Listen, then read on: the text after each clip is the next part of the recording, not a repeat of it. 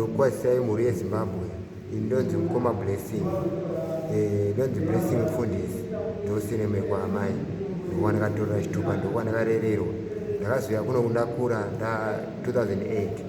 Ndauya ndichiti ndauya kwababa. Baba vakanditambira. Ndakagara 2008, 2009, 2010 ndakabva ndakangoenda kubasa. Ndakangoenda kubasa, baba vachinditambira semwana wavo.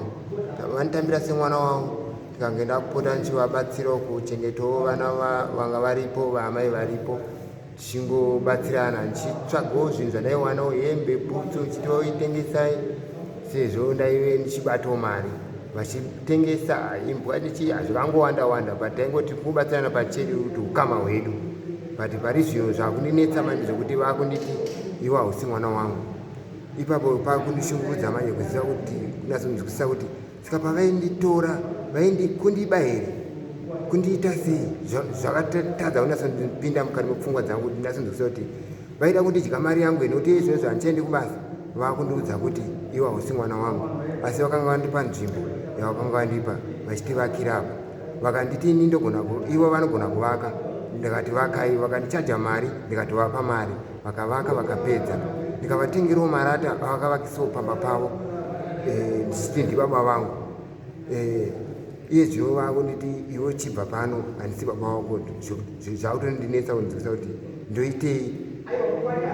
Saka chamuri kuti chingange chakakonzeresa kuti munge muchidzingwa pamusha vakukuti hamusi mwana wavo, pamaonero enyu chingange chiri chii chakakonzeresa? Ipapo mukoma mavhura nyaya hombe chaiyo, ndo nyaya yandinonatsoti ndakatarisisa. Kana DNA sekuya kwayakaita ndakati imhepo dziri kuvhuvhuta, nokuti DNA haimbosvikira pakundiudza kuti ini handisi mwana weko. Nokuti inini ndakambouya pachikoro panapa ndichitanga grade 3 ndabva kuna amai chinzi endai uko ndine munin'ina wangu. Tikasvika tikatambirwa tikadzidza 4 years tiri panapa pabare vachindichengeta ndiwo baba. Amai vachiuya nechikafu nemainifomu nemari ezvikoro. But baba zvakutondinetsa kunzwisa kuti kondizive kuti kuchii chakwapinda. Saka zvinondiratidza kuti pane mhepo iri kufamba isingadi chakanaka mukati momusha mavo. Nokuti mhepo iyi ndakanatsoinzwisisa pakuti ini pandaita zvinhu izvi vaisvikira panguva yekuti vaisvika vanhu vaivaudza kuti chengetesai zvinhu zvamunopiwa nemwana wenyu. But ipapo vakaratidza kukanuka kuti ko munhu ada kundidzidzisa chii, but vaidzidziswa unhu hwokuti chengetai zvinhu zvamunenge mapiwa. Nokuti zvese zvandakavapa hapana na chimwe chete chiripo, mbudzi nechii nembwa nechii hapana nachiripo, vaimuparadzi chete. Saka kuparadza kwachona kwakandiratidza kuti ivo naamai vakasvikira pakuti mwana uyu ada kukutongai, saka ndimi baba hamungatongwe nemwana. Saka kureva kuti amai vakapinda, kupinda kwavakaita vakanopinda nevanhu vanoona venharaunda vachiona kuti musha uyu wakusumudzwa. Saka vakasvikira pakuti vapinde vane sumudzi nekuna baba. Saka izvo zvinhu zvandakanatsonzwisana kuti inini ndingaitei kana munhu achindiramba ndikangogona kungotambira, nokuti chinodikanwa kurarama ngori mupenyu pane kuti uzorambwa wafa. Ko mai venyu vachiri vapenyu kana kuti vakaitambirawo sei nyaya iyi yave kutsanangurwa nababa venyu? Amai vakashaya 2008 apa 1998 apa vangasiyana nababa. But zvisinei hazvina, inini zvinondinetsa kuti ivo vaiti vanozviziva, asi ko patikauya tikasiyiwa tichitanga kuenda tichitangira grade 3 panapa, ivo vakanditambira, vaitambira vaita kutambirana. Tichizobva kunoku nemunin'ina wangu takudzokera kuna amai. Miratidzo mati mamune munin'ina wenyu, kureva kuti wamuri kuti munin'ina wenyu uyu mwana wababa vamuri kupinda nawo mudare muzuva ranhasi here kana kuti? Ndo zvavanotaura kuti ndiye wandaiti ndiye mwana wangu. Saka akaendawo here kuma-DNA test kuti anga achinonoongororwa zvekare? Zvakanoitika ndezvekuda izvi. Mukomana uyu akazoshaya nekuda kwemamhepo yaanotaura emusha. Vasimudza mhepo mukomana akanga ari kuSouth Africa akazongoita accident vashaya. Saka akasiya mwana wake. Mwana uyu takauya natinashe mugaba achibudisa mari dzautsai. Akati mwana yewe afanira kuenda naye baba kunotorwa ma-DNA kuti vaonekwa kuti munin'ina wachona anga ari mwana wavo here. Zuva rekunonotora namari dzaudzi, nokuti mukadzi womunin'ina wangu akugara kuDubai. saka auya afonirwa azouya akabva amai vauya vataura nayo baba vakati handei tinosangana ivo vakati tangai masangana nevamwe vari kunzi ndo baba wake ini handiuyeko kana mapedza ndopandozouyawo saka handizive kuti vaida kuti munhu azomira mazuva mangani yaifanira kudzokera kubasa kudubai.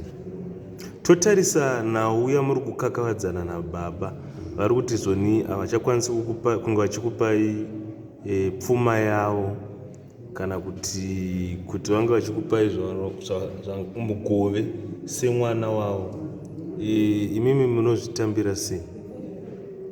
Inini handisina kunyanya kukakavadzana nazvo nekuda kwokuti ndiri kunatsotarisa ndokunatsa kuti vane vavengi vari kumashure vari kuvapusha. Saka ini sevanhu handisinganaziva kuti ndeupi neupi zvinotondipa kuti ndinzwisise kuti sezvavari kutaura kuti ibva ndinokwanisa kubva asi ndina kutotsvagawo nzvimbo yekunogara asi ivo kwanisa kundivakiro musha wangu wandakavaka.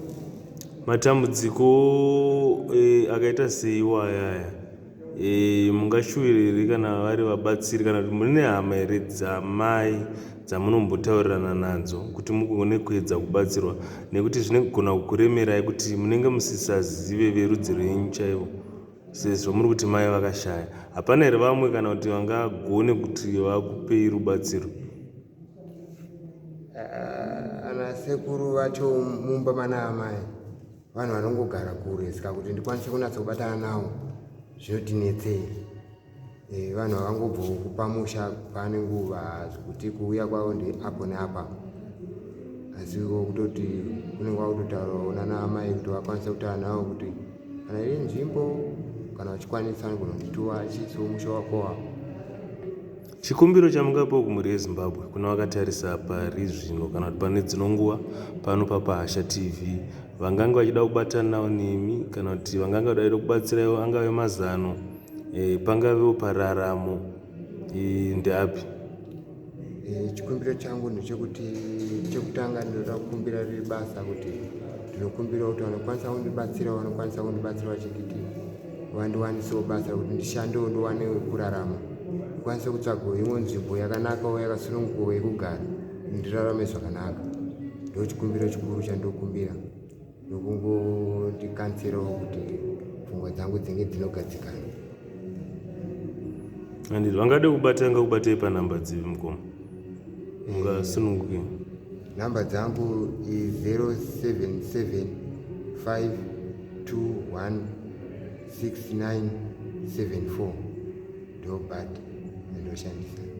Zita muchinzani? Blessing mufundisi.